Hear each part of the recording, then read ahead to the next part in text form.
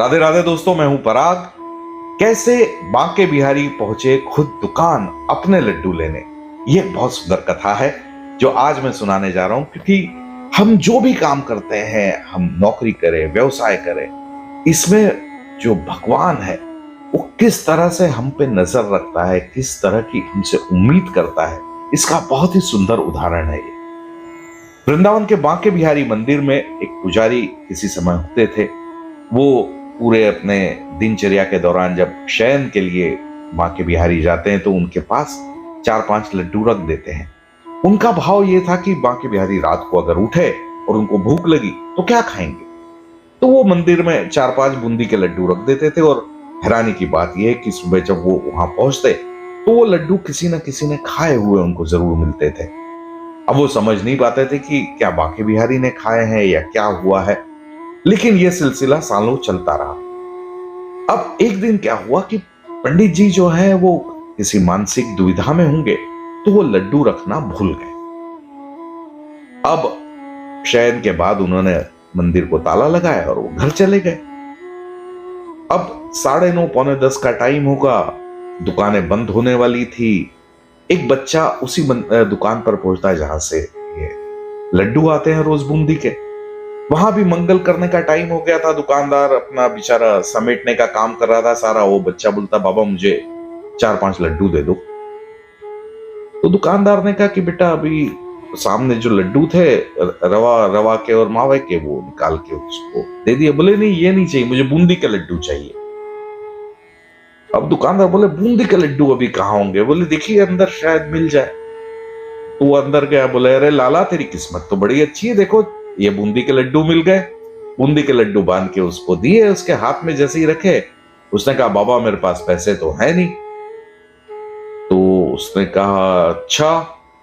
तो उसने उसके हाथ में कंगन था, कंगन निकाल के दे दिया। बोले आप ये रख लीजिए, मेरे बाबा कल सुबह आएंगे तो पैसे देके ले जाएंगे।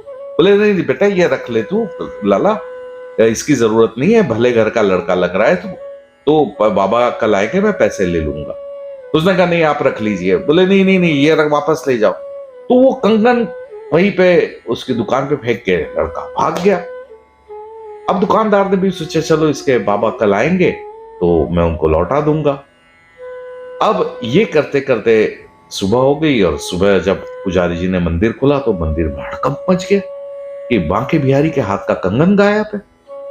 पूरा वहां पर हड़कंप मचा हुआ है, ढूंढ पुकार मची हुई है। और करे क्या?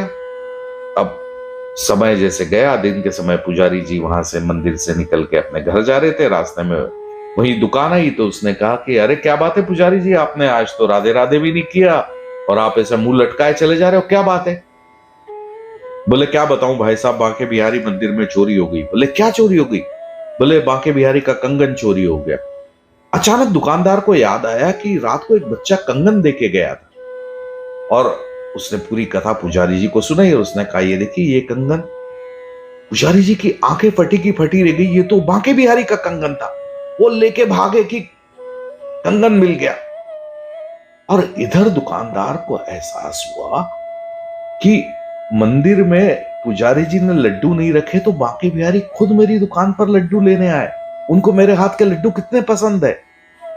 मतलब जिस भाव से दुकानदार वो लड्डू बनाता था, जिस निष्ठा के साथ वो लड्डू बनाता था उस दुकान के लिए, उस निष्ठा और उस भाव के लिए बांके बिहारी खुद उस लड्डू को खाने चले आए। दुकानदार ने सोचा कि बांके बिहारी खुद आए और मैं उनको पहचान नहीं पाया, लेकिन बांके बिहारी ने मुझे दर्शन दिए। और उसके बाद उसका पूरा जीवन भक्ति भाव में लग गया। तो दोस्तों, उम्मीद यह है, आशा यह है और विश्वास यह है कि हम अपने जीवन में जो भी कार्य करते हैं, जो भी हम नौकरी करते हैं, व्यवसाय कर रहे हैं, हम जो भी काम कर रहे हैं, उसको लेकर हमारी भावना कैसी है, हम किस निष्ठा के साथ कर रहे हैं, किस सात्विकता के साथ कर रहे हैं, किस भाव से कर रहे हैं। वो काम अगर उतना ही सात्विक है तो मुझे लगता है भगवान हमारे साथ है ना। राधे राधे।